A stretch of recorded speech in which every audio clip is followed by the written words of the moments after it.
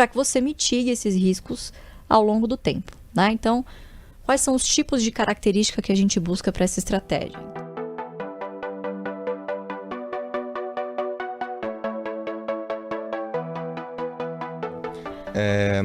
Então, levando isso em consideração, você comentou que você pegou de base de conhecimento de estudo, você foi pro lado do seu pai. Como que foi mais ou menos essa trajetória?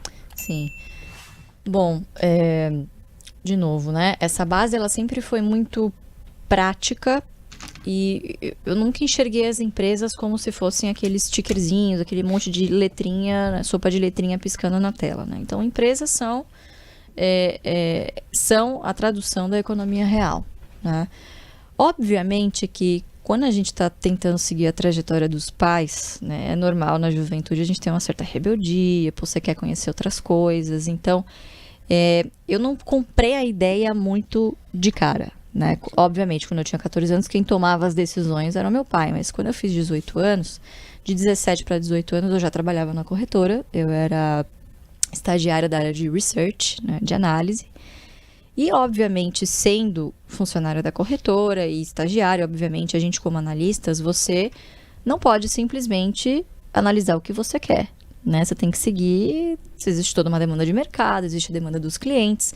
Então, eu fui obrigada ali a explorar e a analisar outros setores que eu cresci ouvindo meu pai abominando. Não abominando, mas repetindo, batendo na mesma tecla que eram péssimos investimentos. Por exemplo, varejo, eu acho que é um exemplo bastante adequado para o momento, né, nas notícias mais atuais. Então, você tem agora umas Casas Bahias pedindo recuperação extrajudicial, né, você tem uma situação extremamente delicada em Americanas e em tantas outras que historicamente faliram, né. Então, eu como analista, eu tive que expandir a minha mente. Eu falei, bom, vou ter que aprender sobre outros setores que não se encaixam muito nessa estratégia, que já falo em seguida, mas para mim foi super importante para o momento de aprendizado, porque é onde os erros acontecem, né? É onde você começa a ficar mais confiante, é onde você acha que o seu modelo matemático, a sua planilha, ela cobriu toda a realidade, né? E você acha que aquilo é suficiente para você ter a certeza de alguma coisa. Então, para mim, expandir para outros setores foi extremamente importante para eu saber na prática do porquê eles não se encaixam nessa estratégia, né? E a estratégia, ela é muito simples. Tão simples que muitas vezes as pessoas desacreditam que é só isso e acham que tem algum segredo por trás. É você comprar ações de boas empresas que paguem bons dividendos, cotadas a bons preços, né? De novo, na teoria, muito fácil, né? Agora, vai encontrar uma simetria no mercado, na vida real, né? Boas empresas que paguem bons dividendos a bons preços, né? Esses três fatores combinados, é claro que não é uma coisa fácil no dia a dia, não são 20 oportunidades que aparecem por mês, né? Então é basicamente isso.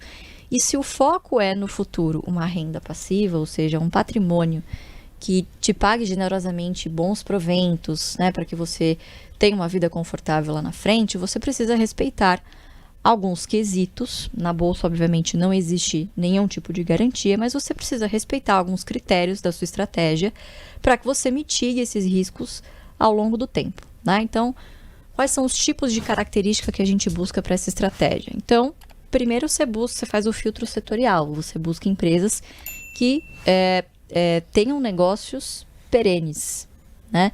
E o Charlie Munger, ele tem uma frase genial, que é: você precisa buscar negócios que até um idiota poderia fazer a gestão, porque se você está investindo por longo prazo, inevitavelmente algum idiota, algum momento vai passar por aquela empresa. Se esse negócio não é tão bom que ele é a prova de idiotas, então eu não sei se é tão boa a empresa assim. Então, as coisas que eu vou falar aqui primeiro são filtros qualitativos, né? Então, empresas que estejam inseridas num setor perene, empresas que tenham um bom histórico de rentabilidade, né? Então, a gente olha para fluxo de caixas que sejam previsíveis, né? Margens que sejam mais robustas, que comportem não só os reinvestimentos, mas também o pagamento de bons proventos. E, claro, a disposição, em termos de governança, de distribuir esses dividendos, que é o que, em tese, separa uma empresa de crescimento de uma empresa já um pouco mais madura, que não tenha tantos investimentos, tanto CAPEX para fazer e remunere melhor o seu acionista. Então, são características básicas que, geralmente, alguns setores, eu não gosto de generalizar, mas boa parte das empresas que a gente tem em carteira, elas pertencem a 5 setores. que é o BEST. Bancos, energia, seguro, saneamento e telecom. Então, de novo, o que essas empresas têm em comum? Primeiro que as receitas são corrigidas por inflação, o consumidor queira ou não. Experimenta você não pagar sua conta de água. Você vai ficar sem banho. Né? Então, são serviços e bens essenciais para o funcionamento de qualquer economia. Geralmente são empresas mais maduras, que funcionam sobre o modelo de concessão, então você tem uma previsibilidade de receitas, com correção por algum índice inflacionário. Então, elas têm bom ambiente regulatório, algum episódio ou outro no meio do caminho que colocaram elas em teste, mas, enfim, tem grandes barreiras de entrada, grandes barreiras de saída. Então, são investimentos que, vira e mexe, acabam saindo de moda, né? Que são considerados, sei lá, de uma carteira uma coisa mais dinossauro, uma coisa muito mais conservadora, né? E é justamente isso que a gente busca, não é o ganho do dia para a noite, né? Então, não é a busca do cassino, não é, o que vai subir amanhã, o que vai subir no ano que vem. É o que tende a sobreviver para os próximos 20, 30 anos. E usar, obviamente, a disciplina, a paciência, a mentalidade de prioridade, né? Porque muitas vezes a vida se sobrepõe e aquele plano que você tinha de aportar, sei lá, R$1.000, R$2.000 por mês, ele acaba, no meio do caminho, você acaba dando uma tropeçada. Então, usar o filtro qualitativo para você, obviamente, mitigar o risco e também usar o tempo a seu favor. Então, não vim com essa história de... Não funciona igual a renda fixa, em que você vai lá, compra uma ação e torce para o negócio subir e nunca mais você faz nenhum movimento. Então, geralmente, a gente incentiva muito o aporte constante. Quebrar isso em aportes mensais, porque, obviamente, ninguém tem bola de cristal e você não sabe qual vai ser o melhor preço ali. Por mais que você use análise técnica, né, análise gráfica, dificilmente você consegue prever o futuro. Então, você ter a humildade de reconhecer que você não consegue prever o futuro é uma grande vantagem competitiva para o investidor.